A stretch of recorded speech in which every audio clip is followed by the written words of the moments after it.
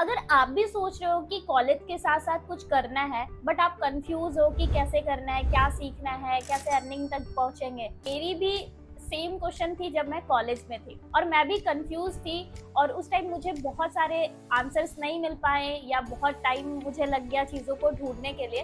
But मैं आपके लिए बहुत चीज़ें क्लियरिफाई करने वाली हूँ, आप कहाँ गलत जा सकते हो, कौन सी चीज़ों पे आपको ध्यान देना चाहिए।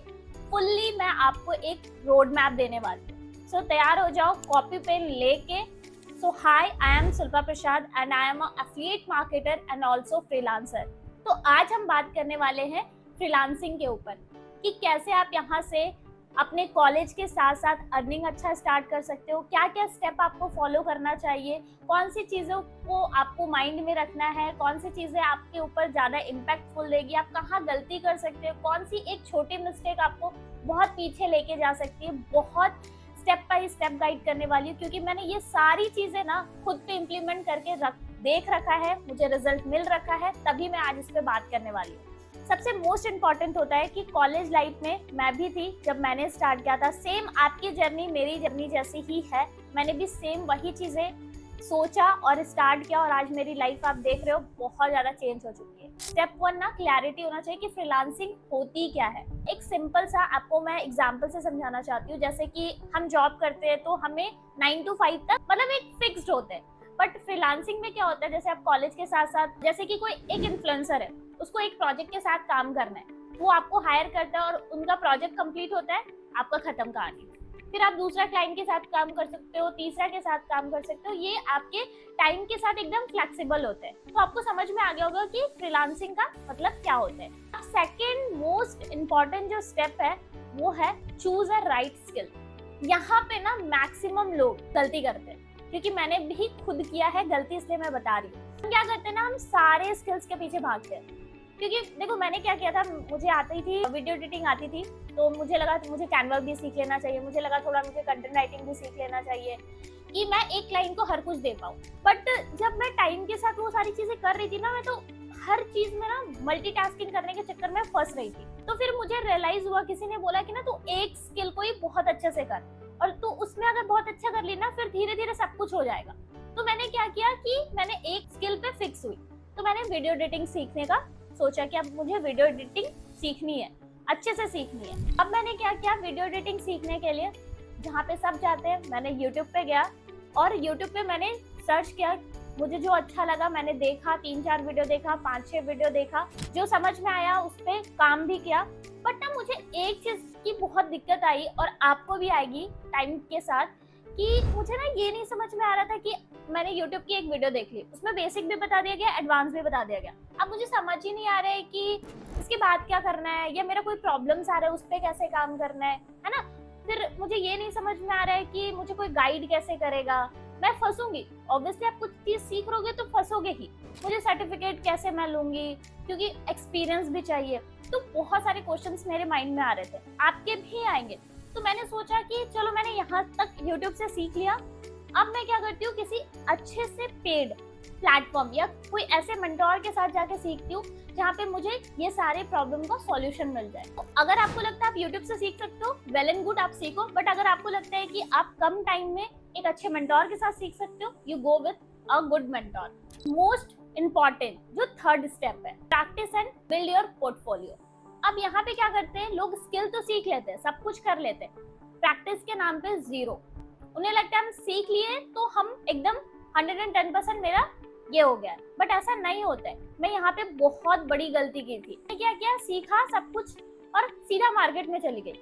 नहीं, मैंने एक बुक पढ़ी थी, उसमें एक बहुत अच्छी लाइन लिखी हुई थी, 1% लर्निंग एंड 99% एग्जीक्यूशन। आप इम्प्लीमेंट ही नहीं करोगे तो आपको रिजल्ट कैसे मिलेंगे। तो आप जो भी सीख रहे हो, छोटी सी छोटी चीज को सीख रहे हो, उसको प्रैक्टिस करना स्टार्ट करो। आप उसको इतनी प्रैक्टिस करो ना कि वो आपके रग रग में बस जाए, ठीक है, क्योंकि वो आपको बेस्ट काम देने में हेल्प करेगी। अब नेक्स्ट है पोर्टफोलियो।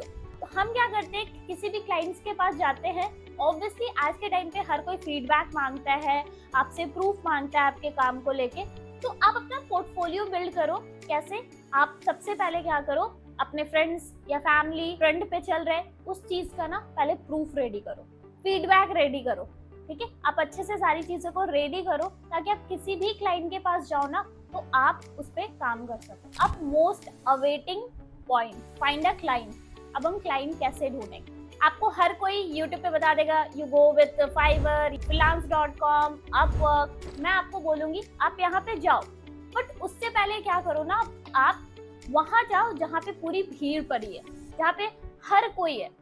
सोशल मीडिया, आप इंस्टाग्राम पे अपनी प्रोफाइल बनाओ, लिंक्डइन पे, फेसबुक पे और जितने भी सोशल मीडिया प्लेटफॉर्म पे, वहां पे क्या होगा ना, आपको क्लाइंट मिलना बहुत इजी होगा। आप जो भी सीख रहे हो, जो भी काम कर रहे हो, उसका पोर्टफोलियो डालो, रील फॉर्म में डालो, कैरोसेल में डालो और अपना फीडबैक डालो ताकि लोगों को देख पाए, है ना।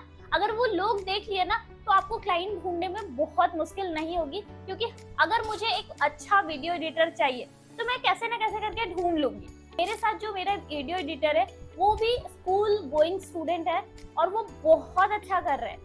उसने भी अपनी पोर्टफोलियो के थ्रू ही मुझे, इंस्टाग्राम के थ्रू ही मुझे कनेक्ट किया था। तो आप भी ऐसे ही कर सकते हो।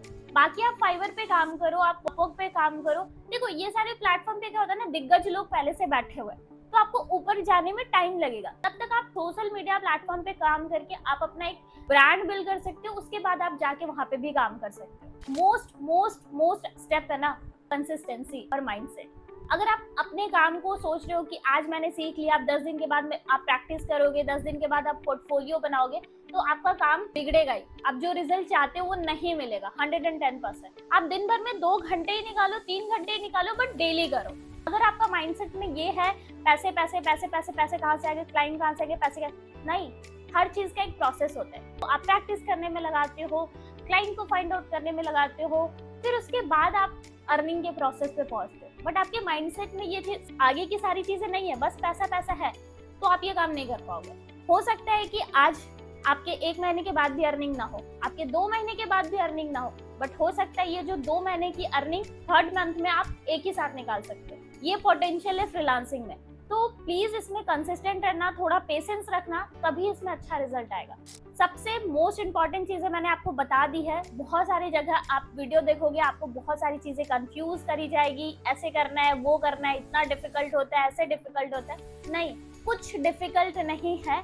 आप स्टेप को फॉलो करते जाना, ठीक है। जैसे मैंने आपको स्टेप बताया, बस आप उन सारी चीजों को फॉलो करते जाना। अगर आपको लग रहा है उसके बाद भी कुछ चीजें समझ में नहीं आ रही है, क्या करना है, कैसे करना है, सिंपली मेरा व्हाट्सएप पे आ जाओ आप लोग, मैं आपको अच्छे से गाइड कर दूंगी कि आप फ्रीलांसिंग कैसे कर सकते हो। अगर आपको किसी स्किल्स के बारे में भी जानना है जो अभी डिजिटली मार्केट में बहुत अच्छा चल रहा है, जिसको आप कॉलेज के साथ साथ भी कर सकते हो, उसके बारे में भी मैं आपको गाइड कर सकती हूँ। If you want then I will suggest you and guide you.